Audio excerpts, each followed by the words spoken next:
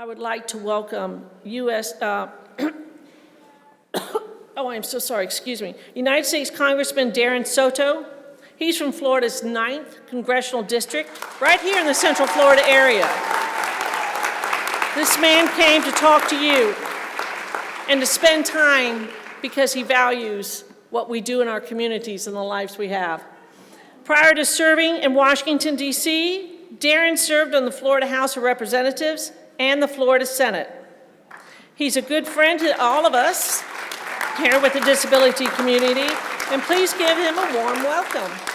Thank you. Oh, I get a hug. Love the hugs. Thank you, sir. Welcome, Family Cafe, to Orlando, Florida. We're so happy to have you. On behalf of such major leaders in Orlando like Mickey Mouse and Harry Potter, we are very grateful for you choosing our hometown. This is what we do here in Central Florida, and we hope you all have a great time. I want to also thank Lori Fahey for her leadership and my dear friend Joe McCann and the board. Let's give them a round of applause. They do this because they believe and they know this is right.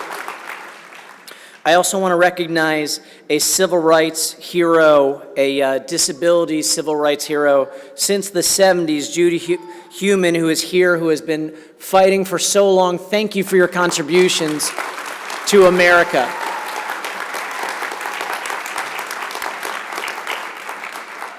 In the United States Congress, we are fighting not only to preserve the ADA, but to expand it. There was a belief long ago by such civil rights leaders like Ms. Heumann and others that everyone in America should have equal access to not only their government buildings, but to stores and public accommodations and places across this nation, like going here to Walt Disney World or to Universal. And we are still working in that progress to this day. So please don't give up. I know this crowd isn't going to give up, right? We're going to keep fighting. That's what I want to hear. While I was in the Florida legislature, we had an issue where there were Floridians who were deaf who were having troublesome interactions with law enforcement because they weren't able to ID that that person had this disability. So I worked with local activists to make sure that the international sign for being deaf is on our driver's license now so that we don't have any issues anymore. We need to make sure all of you are treated equally under the law. And we know the long-term goal, independent living, earning a fair wage, and being able to pursue the American dream like every other American, and you can count on us to fight for that. And I know you here at Family Cafe are going to make that happen, right?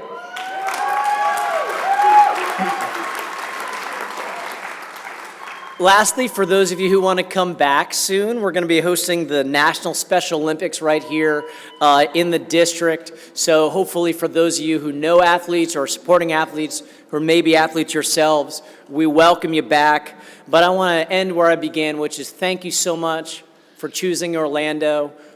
I hope you all have a great time. This place is for not only to talk about the major issues affecting the disabilities community, but also to have fun with you and your family. So warm welcome once again, and thank you, Family Cafe, for being here. We appreciate you.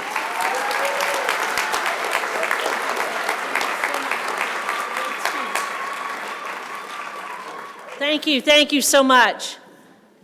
We also have an opportunity now. A video was sent in for us from Senator Rick Scott. A welcome to everyone. If we could put those up on the screen, that up on the screen. Those of you remember, Senator Rick Scott was Governor Rick Scott last year for the past 8 years. He wanted to be here today, but he couldn't. Here we go. Hi, this is Senator Rick Scott. I want to congratulate everybody at the Family Cafe for your 21st annual Family Cafe. Family Cafe does a great job helping people with disabilities. I've loved every time I've had the opportunity to come and meet everybody and talk to everyone. You live in a great state. You live in a state that cares about other people. So I hope you have a great event. If there's anything I can do to be helpful, don't hesitate to give me a call. but have a great day.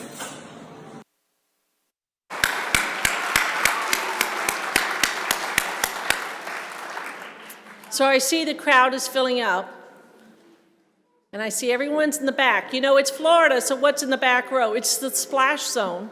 So all you people in the back, you can come up front. Oh no, don't all move at once. You'll hurt each other. All right. So the next part of, if you've registered, great. If you haven't registered, registration is now closed for our keynote. It will reopen, and it will stay open throughout the event, except for late Saturday, and that's the last session. But if you didn't get your bag, there's great opportunity to get it. If you haven't noticed, our theme for the 21st Annual Family Cafe, sort of like a Vegas theme. We're 21 now. We can step out, right? We're not kids anymore. So you got your gold LeMay bag. We've got a little casino paraphernalia here. And I want you to look out. I hope you all brought with you your best Elvis contest look-alike gear. Elvis will be in the house tomorrow. You all thought that he was no longer here. He is. We found him. We found a bunch of them, as a matter of fact, and they'll all be here tomorrow. Throughout the day today, you'll notice in your program, there's many opportunities for you to go to various breakout sessions.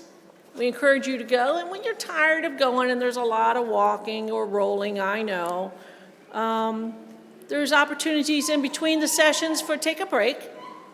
There's always entertainment going on, or arts and crafts, or the sensory room, or the AT room through FAST. There's always something going on for everyone.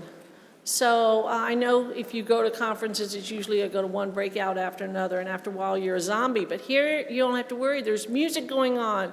There's, like I said, there's activities for everybody. So we hope you enjoy every bit of it. Now, I have ordered rain. It will be coming in by the time Judy's through talking. So don't need to hurry. You'll get wet out there. Stay here and enjoy. They're going to have concession sales across from the exhibit hall. Our exhibit hall, y'all, is full. It is full to the brim. We're about to overflow. Please go in and see what some exhibitors are showcasing, what they're selling, and also what we call a micro enterprises, or individuals with disabilities who have started their own businesses. And so they'll be showcasing what they have started. Maybe you can learn and you can start a business like theirs. Or they're going to be selling some of their, not only showcasing what they do, but selling some of their wares. Also, pink cards. We all know what pink cards are, right? You have a question you want to ask somebody. Well, they're busy. You've always had a burning question, but you don't want to raise your hand.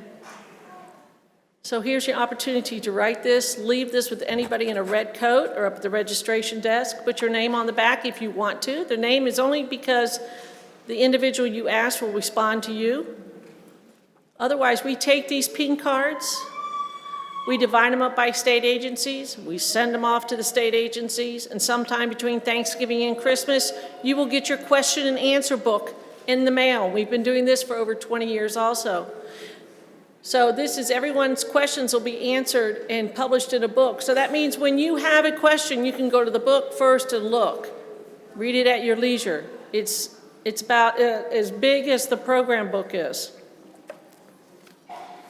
Changes to the program are right here, changes and additions. Some people have canceled. We also have an app. I know you've all heard about our app. We started a couple years ago, and it's working wonderful for us. So it's right there on your smartphone. Now I have the distinct opportunity to introduce our Friday morning keynote speaker. The congressman sort of said something about Judy, but let me go on and tell you a little bit more about Judy. I'm not taking questions, sweetheart. Thank you. Okay. Well, I'll talk to you later. I'm sorry. Over the course of her life, Judy Heumann has been involved on the national and international front, working with disabled people's organizations and governments in the United States and around the world to advance the human rights human rights of individuals with disabilities. She graduated from Long Island University, Brooklyn in 1969 and received her master's in public health from the University of California at Berkeley in 1975. She has numerous awards, including being the first recipient of the Harry B. Betts Award in recognition of her efforts to significantly improve the quality of life for people with disabilities, and the Max Starloff Lifetime Achievement Award from the National Council on Independent Living. She's also been awarded an honorary doctorate from Middlebury College, Long Island University in Brooklyn, and the University of Illinois, Champaign, and Brooklyn College. Wow, okay? Do you hear all that? That's a lot, that's right. Someone is working hard. Judy's life goal is to continue to advance the rights and empowerment of all disabled people around the world. Today, I have the honor to welcome Judy to the stage, along with a helper of hers, and maybe you all will recognize this name, Carly Fahey.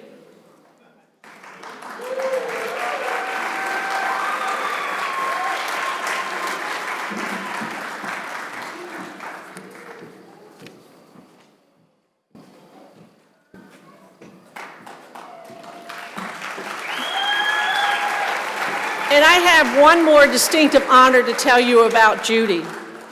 Judy has served in the Clinton administration as the Assistant Secretary for the Office of Special Education and Rehabilitative Services in the Department of Education, where she was responsible for implementation of legislation at the national level for programs on special ed, disability research, vocational rehabilitation, and independent living, serving more than 8 million youth and adults with disabilities. Please welcome Judy Heumann and Carly Fahey.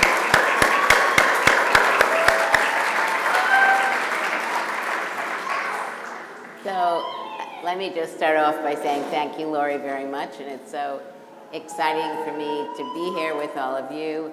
I know a number of my friends have been down over the years speaking at this event, so it's really a great opportunity. I was asked if I would give like a speech, and I decided a couple of years ago that I don't really like giving speeches where I'm just getting up and talking to people. So I started a format a couple of years ago where we do an interview, which I think is more interesting because I get to speak to the person who's going to do the interviewing, in this case, Carly, who I've had the privilege of getting to know for the last couple of years. We get to do more things intergenerational, which I also think is really important. And Carly and I had decided that we wanted to start off with a film, which some of you may have seen. It's on YouTube. It's called The Power of 504. And it's about 18 minutes. So I think this event is going to go till about 1:15-ish, because we're going to show the film, then we're going to have the discussion, and then I think there'll be some time for Q&A. So let me just briefly set the scene. So this video is a documentary on demonstrations that occurred in California and other parts of the country in 1977. How many of you have ever heard of Section 504? So you may not know the background of 504, but basically it became law in 1973. And then how many of you have heard the word regulation? And are regulations important, yes or no? So we spent a number of years working on getting regulations, working with the government and with entities like universities and hospitals and others who are going to have responsibility for working on ending discrimination against disabled people.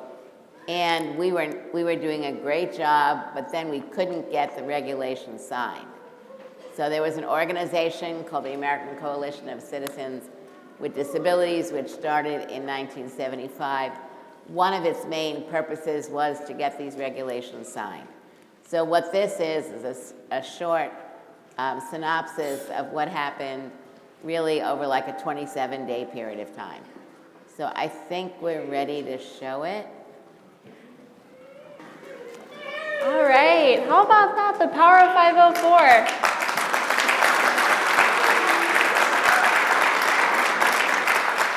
It's great to be here this morning among so many familiar faces. Good to be back home here at Family Cafe. This is my 21st year, and it's an honor to be sitting with my friend, my mentor, my colleague, my neighbor on Connecticut Avenue in Washington, D.C., and my occasional 8 a.m. bagel buddy, Judy Heumann.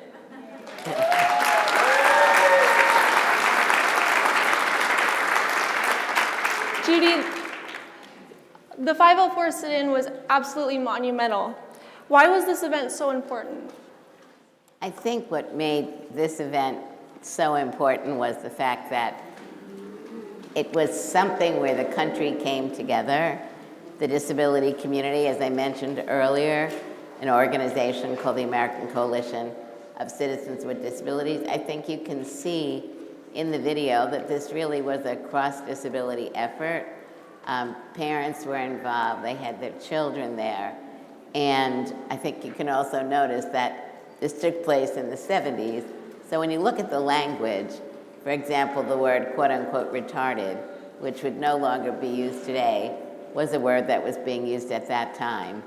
And other words like handicapped, crippled, and disabled. So you can see, again, how things have changed. But I think what was really important about this activity is we felt self-assured. We really understood what the proposed regulations said because we had worked really hard on the development. And so the point that we made here when we went to the Health, Education, and Welfare office and met with the regional director and his staff, I really, and many of us, just assumed that they understood what the law was and they had read the proposed regulations. And when they literally said they had never read them, that really, I think, sparked a lot in those of us who were there, which was that they were not taking this seriously. And we were obviously taking it very seriously. And it's very clear also that living in the Bay Area was different than other parts of the country, in as much as people speaking up and out about issues was really something that wasn't uncommon. And so I think what we were able to do was not only organize cross-disability, but we really worked a lot with many, many different groups. So we were working with the religious community, we were working with the labor unions, we were working with the farm workers, we were working with the women's community, with the aging community. So this was not just a standalone of the voices of disabled people. And this couldn't get into everything, but it really was the first time that there was a cross-disability activity that also reached out so broadly. So, for example, when we went to Washington, there was a donation from someone who had the money to pay for 20 of us to go to Washington because we didn't have any money. A church gave us space, so we were able to stay in the church. ABC sent a reporter with us from San Francisco to Washington, so a lot of the footage was from ABC. And a labor union supported us by renting a vehicle and having a big truck, and some of the labor workers were involved in getting us all over the city because we went many places. We had demonstrations out of Secretary Califano's house. We had a demonstration out of President Carter's church. We had meetings in the White House, and the only way we could get around, because there was no accessible transportation, no buses, no trains at that point. So it was really a very powerful effort that I think still continues today. At that time, we weren't given a voice. We didn't have a mouthpiece or a message as a community. What made you all so comfortable with being fearlessly vocal, taking up space, and calling out authority like that? You know, partly why I think we felt so empowered was we really felt we had nothing to lose because we had no laws. California did have some laws, some states like New York and Illinois did have laws, but there were no laws like Section 504. There was no ADA until 1990, and I think for many of us, we thought there are so many issues, we've just got to speak up, that this was such an opportunity, really in part because, as the film was showing, the law was passed in 1973, and it was 1977. And while the law without the regulations could still be utilized, the regulations were critically important because the provision, Section 504, was only like 42 words. So for those of you who know the ADA, one thing you can see is if you know the 504 regulations, the 504 regulations are significantly integrated into the ADA. So 504 was 42 words. The ADA is many, many pages. And many of those pages came about from the work that went on for 504 and then the subsequent work. So I think we also really felt that it was our time, that there were all these other movements that were being led by Black people, Latino people, in LGBTQ community, religious communities, others. And we were still very much having other people speak on our behalf. At that point, it was still very much a focus on cure and not on rights. And we really felt very strongly that medical research is one thing, but every one of us that is alive and will be born with a disability tomorrow and will become disabled because they're shot or they're living in poverty or they're living in another country where climate change is causing famine, where people are seeing increases in all kinds of other conditions. We're alive, and we want to be alive, and we want to be able to be productive. So we really needed to be able to bring our voices forward and articulating, I think, what every one of you is here for. I mean, you come to this meeting because there are other people who have similar views, who have experiences, as a disabled person or as a parent who has a disabled child. But at the end of the day, you have a vision for what you want. And that vision is really what we were bringing more publicly through these demonstrations and ultimately through the signing. So I think every step along the way, it's really important that we not suffocate our voices, that we really speak up even though there will be people who won't necessarily agree with you. And you're not always right, and I'm not always right. But the bottom line is, we have to not be silent. We have to demand in our elections, whoever is running for president, senators, city council members, congressional people, state legislators, they need to know that you vote. And they need to know that you have a view.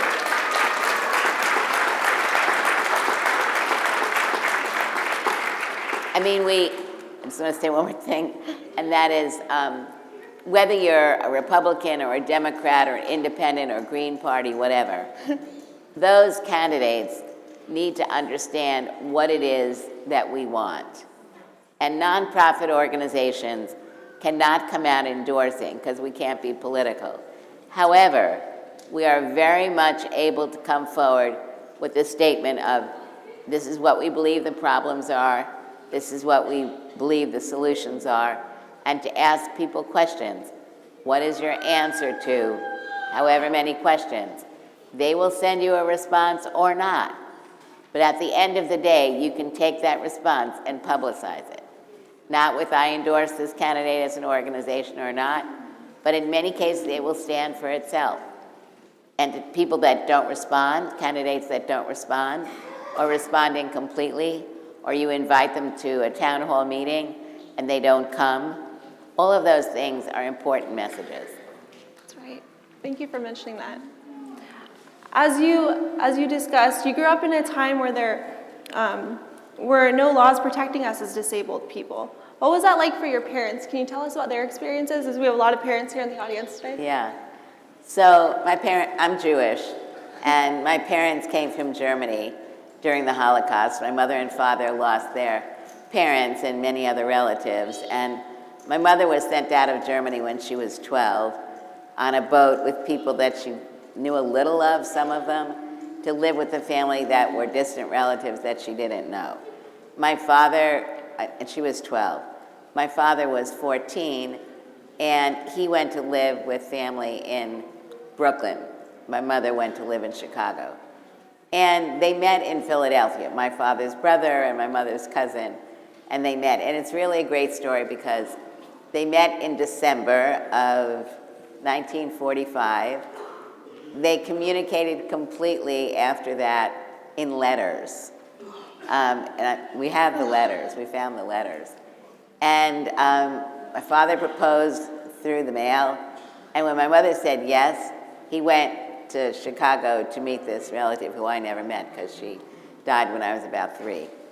But, you know, my father was in the Marines, and when they got together, what they wanted to do was, you know, like people at that time, they wanted to start a family. And my mother was pregnant with my brother in her 8th month of pregnancy when I had polio. And there was a big epidemic of polio in 1949. And so there was a lot going on in our family.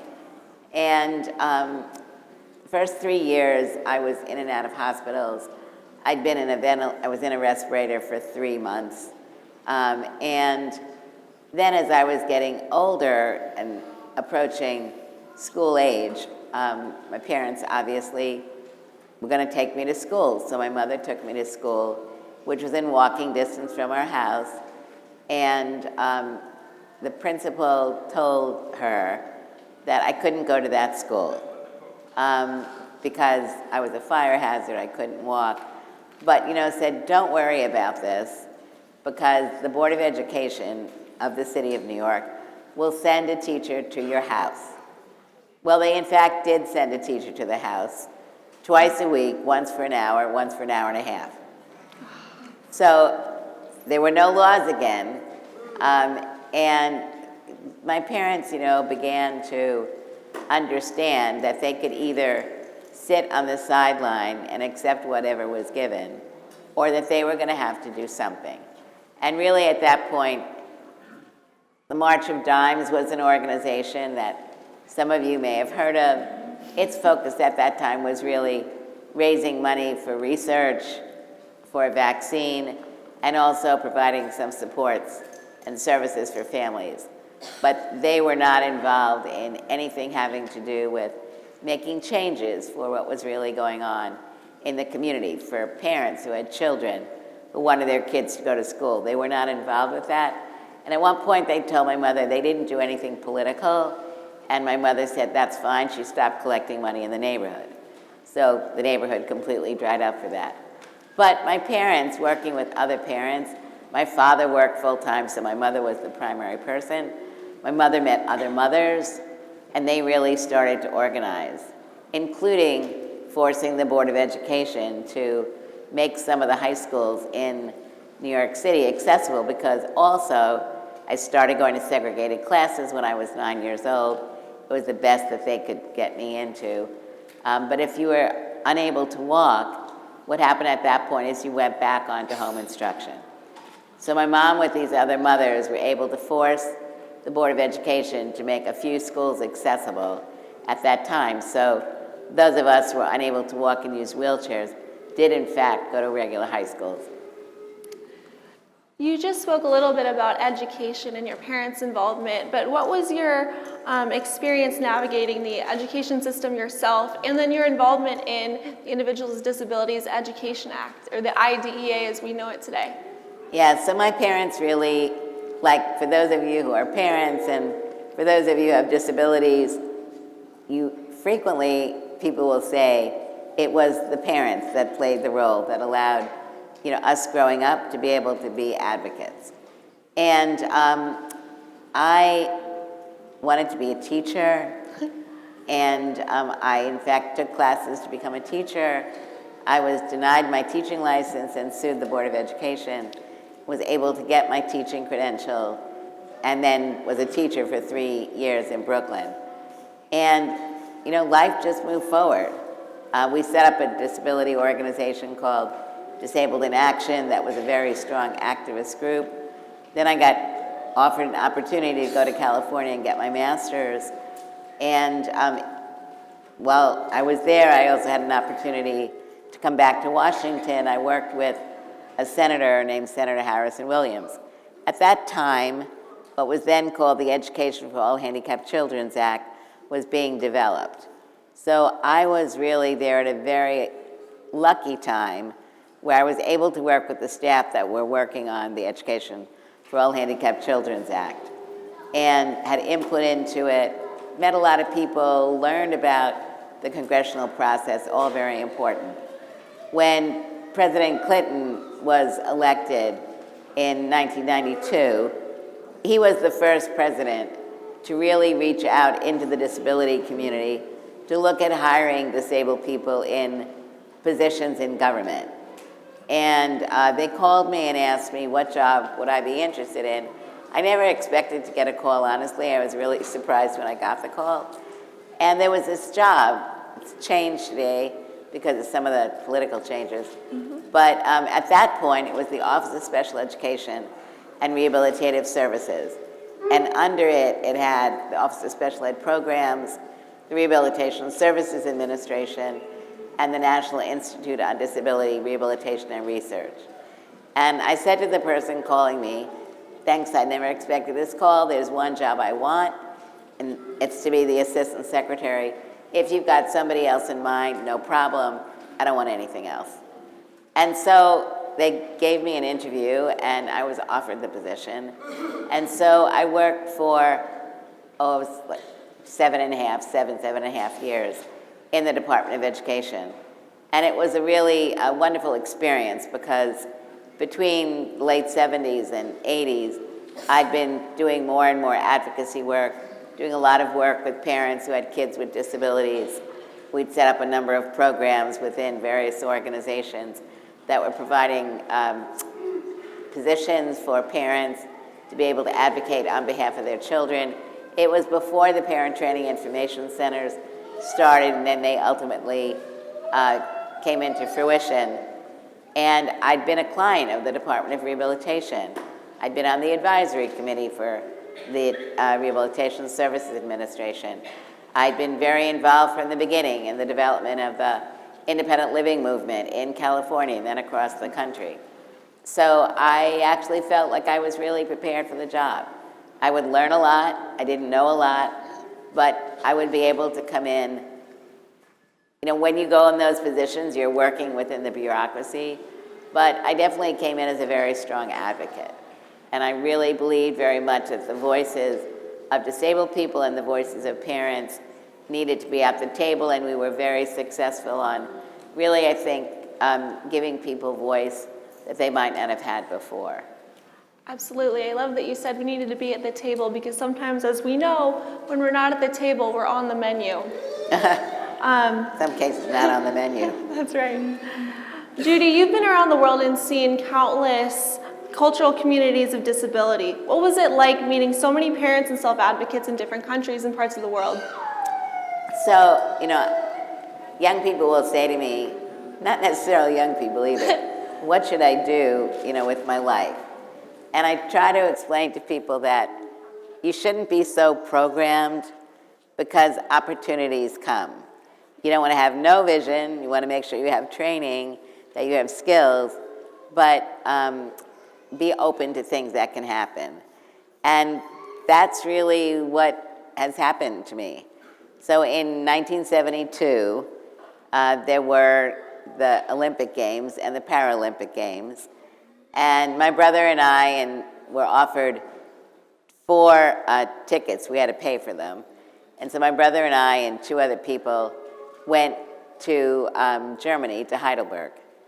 And it's funny, I've traveled like many, many places.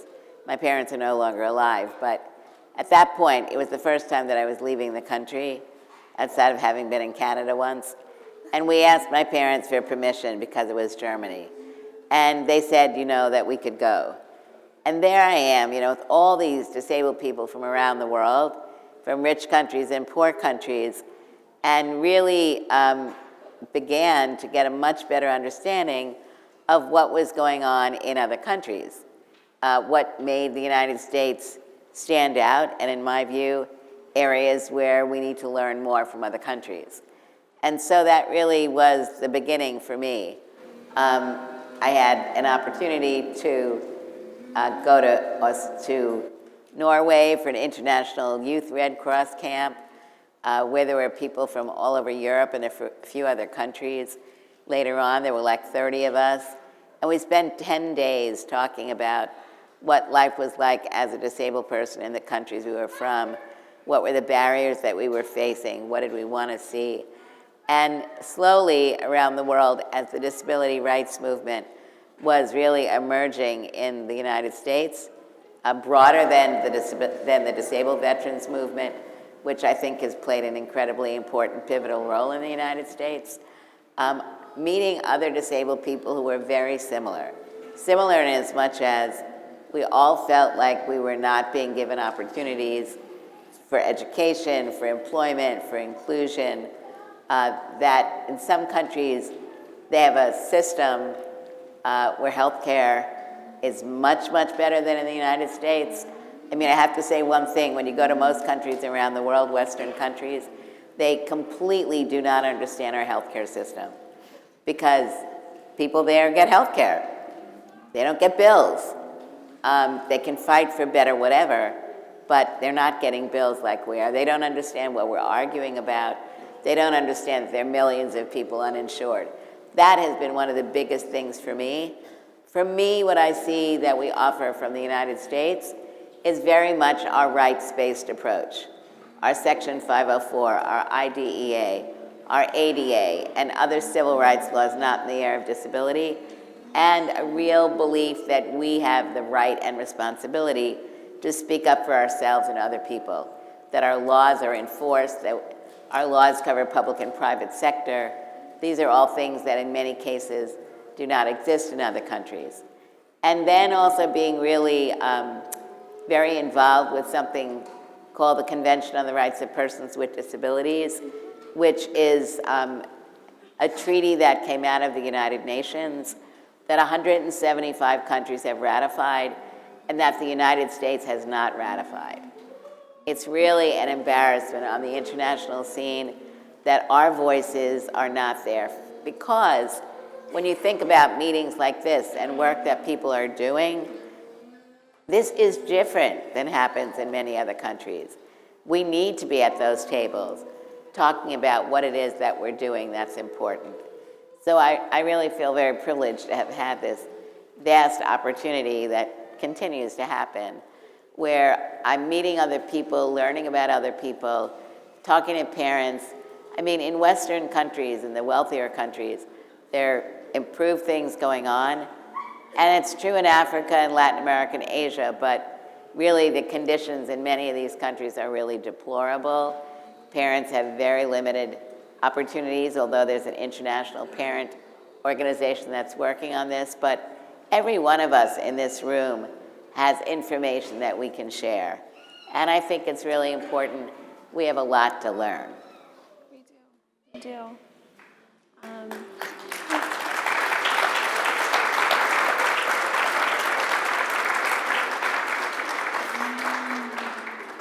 And just as we close and open up for some questions from the audience, is there anything you'd like to say to parents and self-advocates out there who might want some advice?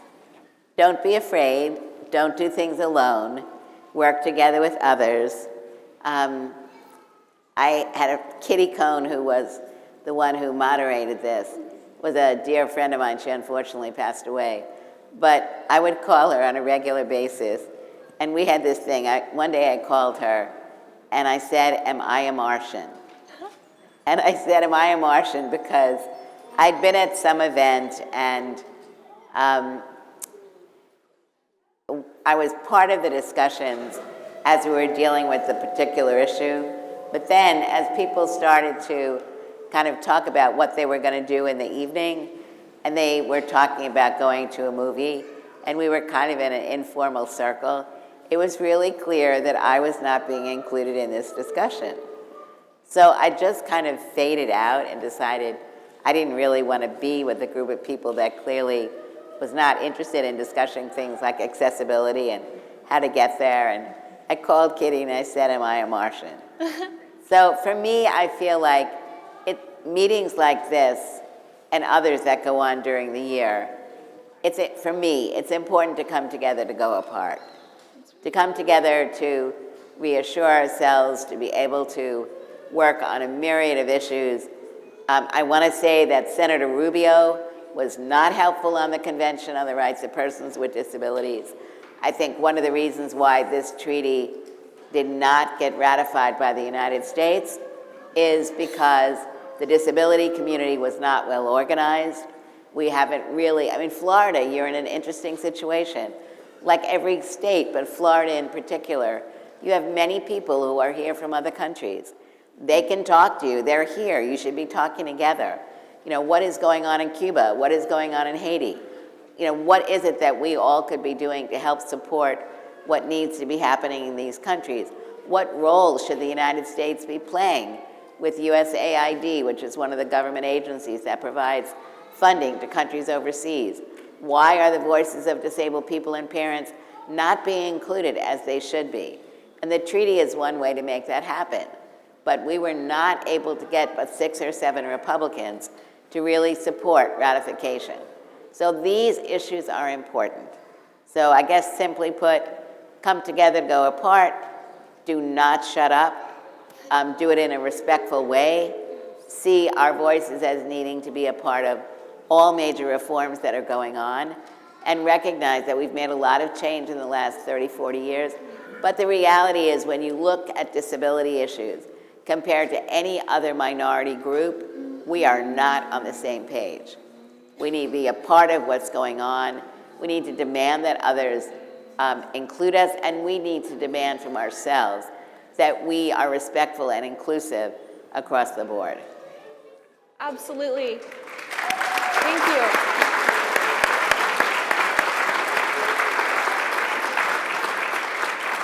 I know we talk a lot about coalition building as we have our 8 a.m. Bagel chats, and it really is applicable across the board here, around disability issues and disability voice. So think about that as you go forward through the weekend. Do we have any questions for Judy? Where's the microphones? Do we have a microphone? We have a microphone. In the very front, the And we're woman in going the to wheelchair. start it and end it with something Judy said, power to the people, power to the people. There you go, power to the people. That's right. It is us, thank you. Looks like we have a question here in the front row. Yeah, we're going to We'll go here, Jesse, then if you could come up.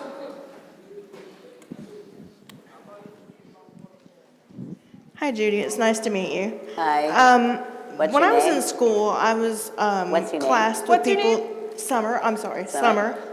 I was classed with people with different abilities, and it was like putting a bunch of the same people together. You know what I mean? With different abilities, instead of letting us go out and learn what we could learn, like going through regular school. I wasn't given that. I wasn't allowed that. I wasn't offered that. Is that something that has changed since 1995? Because that's when I would have graduated. But I quit school because I was told I was not getting a real diploma. I was getting a GED, and it wouldn't mean anything. It would just get me a regular job and not allow me to go to a university. So has that been changed, or can I go back and get my diploma, a real diploma, and go to universities? So could everybody hear Summer's comment? Basically, she said she dropped out of school before she got high school anything.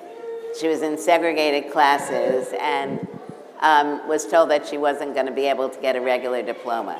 And has anything changed? So I think this is a great example. This was 1995. Clearly shows that there was something wrong going on in Florida, because at that point, because the law was 20 years old, you should have been able to be getting the education that you needed to be able to get a regular diploma to be able to go to college. The idea. So I don't know what the rules are here in Florida. You need to know that. But I would say you definitely want to be able to get your GED, but I would also look at community colleges and starting to take classes there, because I don't believe the community colleges require that you have a GED, but I would look into that. But I think all of you, or many of you, will have similar issues where the law says one thing and it's not being enforced. And I was speaking to someone earlier.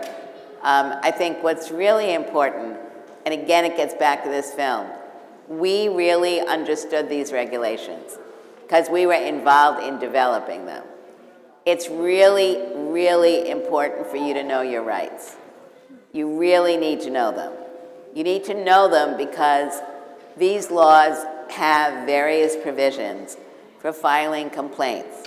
Now, I'm not saying everyone should go out and file a complaint, and filing a complaint doesn't necessarily get you what you want, but I absolutely know that knowing your rights under the law and using these rights does make more of a positive difference than a negative difference. And being able to be together and support each other on these things is also very important. So you definitely should not be giving up your life because someone didn't enforce the law. You need to go forward with your life. You need to decide what you want to do. You need to get support for what you want to do. And know that it's obviously not going to be easy, but if you want it, you should go for it. There was a woman, I know we've got a question there. We have, some questions here.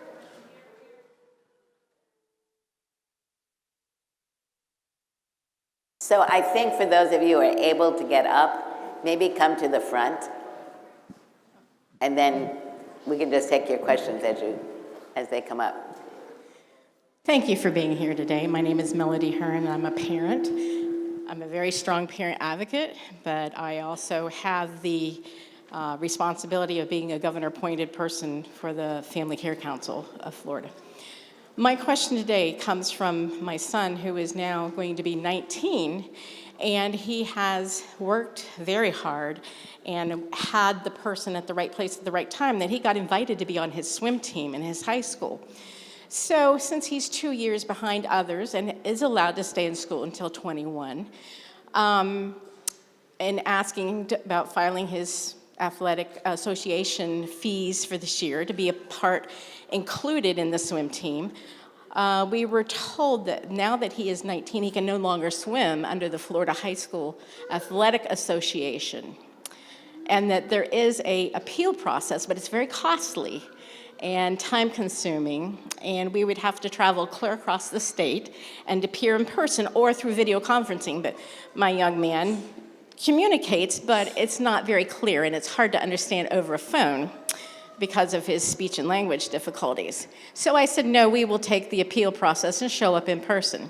But I've also found out that possibly another route would be to file with the federal the U.S. Department of Education under the Office of Civil Rights. Do you have any comment on that? Have you spoken to the Protection and Advocacy, P&A? So again, I don't know Florida law, but I would reach out to the Protection and Advocacy.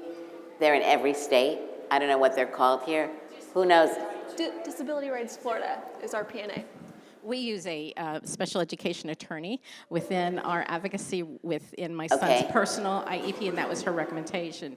But what did they suggest? I am blown away that our individuals who finally start to get included then can be shut out because of that age limitation. And either they need to change their bylaws or we need to stand up and file suit against them. So I would say that you also might want to look at what else is available. So I think, I obviously don't have a position on this, but I think some of these rules are set up having nothing to do with disability, right? So I would imagine that some things are based on competition and age and things like that. So I would look at whether there are any other swim competitive programs that he could become involved with where the issue of age wouldn't be an issue, because it sounds like it's an age issue, and that there's, well, I mean, I guess the other question would be, is there a rule that doesn't allow non-disabled students to swim competitively beyond a certain age? Is there an age requirement for non-disabled students, do you know? Like if a senior doesn't graduate at 18 and they graduate at 19, they're out. Yes, so it's a comparable rule. So that's why, I mean, I see that what you're saying is because he has a disability and he can stay in school till 21, but I do think it's an issue you need to speak to people who, because it's really beyond just disability. But I do think that looking at other opportunities, because the issue is he swims, he likes to swim, and he wants to swim competitively. So I wouldn't let that kind of die out while you're trying to address the bigger issue. That'd be my suggestion.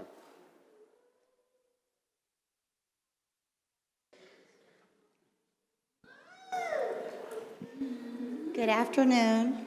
My name is Jen. I'm in Manatee County, and I have some concerns. As elementary, my daughter she's in a medical needy unit, a medical fragile unit, so there's nurses in the unit, there's nurses in the classrooms, and it's all hands-on. But next year she goes to 6th grade. Guess what? One nurse for the entire school. Where do these children go? They gave us a special school that has a special wing, but guess what? One nurse, the entire school.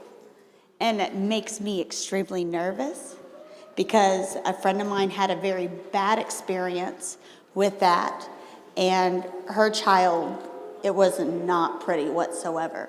It took the nurse 30 minutes to get to him while he aspirated, and nobody helped him, and I'm terrified. What do you suggest? Because obviously you're not just going to one person and saying, hey, can you do me a favor and help me out? But you're actually going to a school board, or the people who are making these rules, and how do we spend our taxpayer money, and who really needs a nurse and who doesn't? Like, how do we get to where just because they're in 6th grade and higher doesn't mean that they need less care? And I mean, she's extreme epileptic, and it just makes me nervous. One nurse, 600 kids. So are there other parents with you that are trying to address this issue? A lot of parents are afraid to speak up because they feel that if they say something, their child will be kind of excluded, and all of a sudden there'll be a note sent home saying that maybe your child needs to go to an alternative school because they're a little bit more, when she was smaller, she actually got an IE. They sent home a letter saying that she was a little disruptive because she was having multiple seizures. And I went and I fought it, but it was because the teachers didn't want to take the time out to take care of it because that was just a little bit too time consuming. And we got her back in public school where she did amazing, because where they were sending her for an alternative school, they don't offer any type of therapy because Medicaid says it's comparable with each other. So you can't have therapies in this school because they're all nurses, and it's just a disaster zone. So a lot of parents are afraid that their children will be put out of the school. And my friend, she actually just got a doctor's note and had her child completely removed out of school and refuses to deal with it because she doesn't want to take a chance of losing her kid. I personally don't care. I'll fight them all. So I just want to do it the right way so that I'm heard and not ignored. So I can't tell you what the right way is. I feel sorry about not being able to say do A, B, or C. But my presumption is that you're working with other parents. And again, are there legal groups down here that people can talk to? Yes. About these kinds of questions? So you go to the exhibit hall, and I'm sorry, this sidebar here. The exhibit hall, there's over 168 exhibitors in there, and the school system is there. Disability Rights Florida is also there, and there are other groups that provide advocacy, help, and assistance, and they're there. And then by you speaking up, as Judy has been saying, we all speak up, I bet you when you find out today, someone will probably stop you and say, you know, I've been there, I've done that. It's the power of the conversation between us. So continue to speak up, but there are resources down there to assist. And also tonight is the Governor's Summit on Disabilities. So there'll be more resources for you throughout the weekend. And Saturday, there will be some resources. And Sunday, there's a surprise resource. Yes. Just keep your eyes open and your feet moving. There's tons of resources. And the one thing I also want to say is it's really important, obviously, to be addressing the medical needs, but also don't lose focus on the educational issues. Because ultimately, she's in school or he's in school, whatever, to learn. And so the medical issues obviously are very important in order to be able to live and move forward. But also, I think it's really important to be focusing on educational outcomes. Whatever they may be for your child, don't lose sight of educational outcomes. Absolutely. That's why I wanted her in the public school, because they still worked with her, and when they did pull her out, the alternative. She lost. She did. She regressed because she didn't have all the other socialization skills and different things that they were teaching her. And she regressed immensely to the point the doctors told me, it's probably not long now. And I'm like, oh no, try again. And we finally got her back in the school system where she was active again. So I want to keep her as active and vibrant as possible because she literally just jumped and started progressing again. Thank you. I think the gentleman next. Tom. Ms. Heumann, first I'd like to thank you for the courage that you demonstrated as a young person yourself to fight for all of us today, and the differences you've made are unbelievable.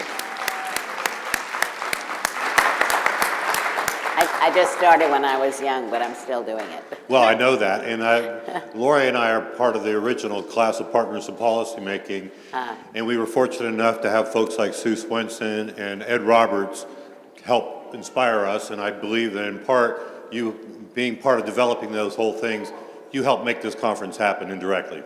So thank you.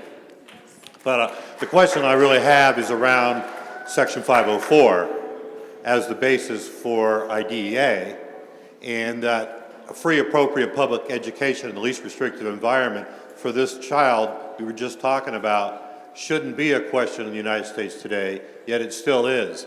And there is a tremendous problem where we've seen many school districts separate 504 from IDEA. I believe every single child that has an IEP is protected by 504. Do you agree? Yes. So the issue becomes, if this child needed to go to school in the least restrictive environment in her home school, the school district cannot say we only have one nurse for 600, because it would be, what does that child need, not what the school district needs. So you know that there is never a yes or no answer. So the point that's being made is the child needs to be in a free, appropriate public education. Right. The district can come up with alternatives that still comply with that. So we're not talking about this young woman anymore, but you know, when 504, for example, first came out, it didn't require that every school be accessible automatically, but it did require that the district was able to ensure that that the district would have to make changes to ensure that the child would be able to get FAPE. And so there's never an answer that says, yes, that child has to go to that school for this reason. They can come up with alternatives as long as they're also, from your perspectives, ensuring that the child is getting a free, appropriate public education in the least restrictive environment. And one of the challenges that has happened here is with the development of vouchers, students voluntarily leave the school system to take the voucher many times because they're not getting appropriate education in the public school, and then they lose all the civil rights protections that you fought so hard for and continue to do. So this is an issue that's not going away. Right. The current climate politically is terrifying for individual rights, but we're not going away, and we thank you so much for all you've done. You're very welcome. Thank you. Thank you, Tom. Jesse? Question over here. I think this question. Okay. I think, oops, okay, sorry. This is our, Hi. I'm sorry, one last question after this one is going to go right here. Yeah. Okay, thank you. Hi, my name is Jackie, and I have been fighting the school system for years. My daughter has now graduated. My daughter cannot read. She cannot write. She has been labeled, and I'm sure a lot of you in here have heard the exact same word, the R word. Every piece of paper that comes, even from her doctor today, has the R word. I've taken her to vocational rehab to try to get her a job so that she can get out in the community. And the exact same words, she's non-workable material because she cannot read and write. I have asked the state to have somebody come in my home and work with her. She is a bright girl. Just because she can't read and write doesn't mean that she's no better than any of us. And that is what I am fighting for. She is just as good as each and every one of us sitting here, but yet they don't want to help.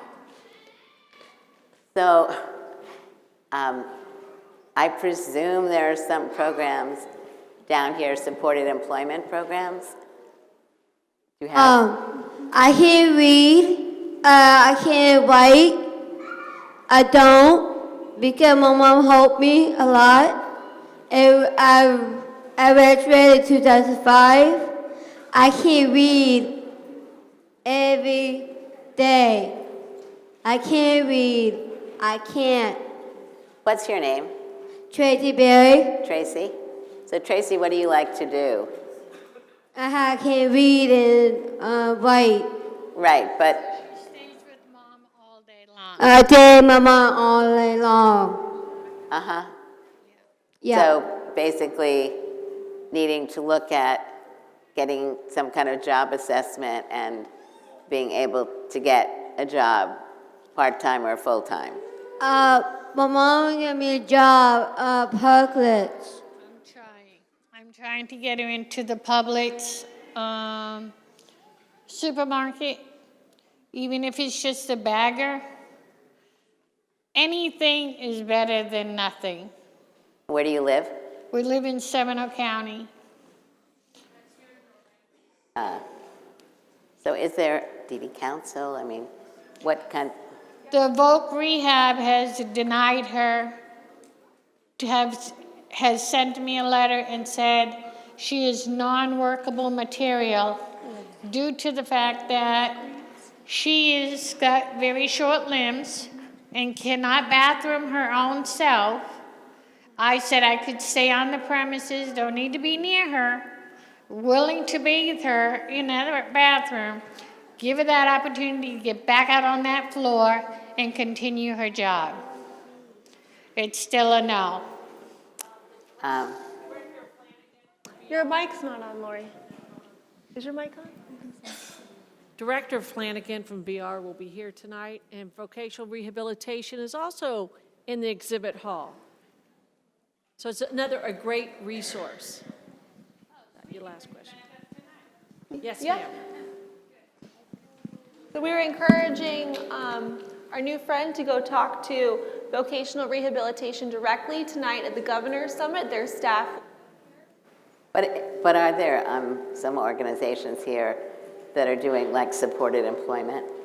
Mm-hmm. Yes. Yeah, because it would seem to me, if you haven't spoken to them, you should also talk with them because they'll have a better understanding of how to work with Tracy, to do job assessment and look at how to work with rehab or whatever agency might be involved with this. But clearly the answers they've given you are not acceptable.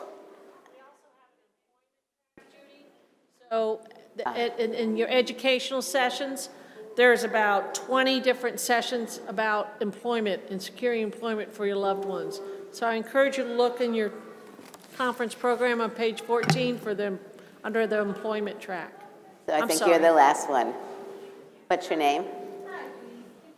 Here, and thank you for holding the last question for me. My name is Rebecca Crosby, and I live in the Tampa area. And I believe I actually met you about 20 years ago at the National Leadership Conference for Youth with Disabilities in Washington, D.C.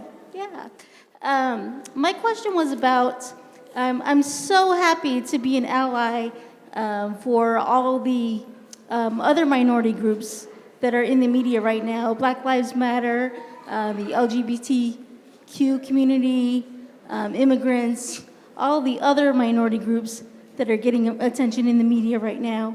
But my question is, people with disabilities seem to kind of be left out of the conversation at the moment, at least I feel. And so I feel, how do we mobilize, and what's the best issue we can mobilize around to get the rest of the world to feel more comfortable with us, and an issue that is more palatable to the rest of the world to bring attention to some of our causes? So I think, next year is an election year. I'm sure you didn't know that. Absolutely. And I would suggest that, one area that people can focus on are the elections for next year. There are many different organizations that are working on different issues around voting, and from all these different groups that you were discussing. I think that one thing which is important is for disabled people who come from different communities, their disability, their race, their sexual orientation, whatever, to also get involved with some of these organizations.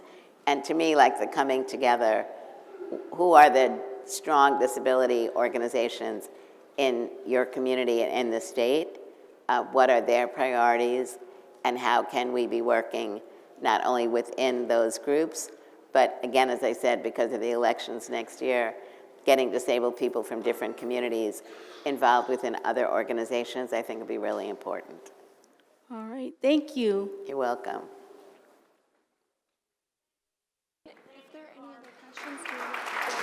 Let's give him a big round of applause.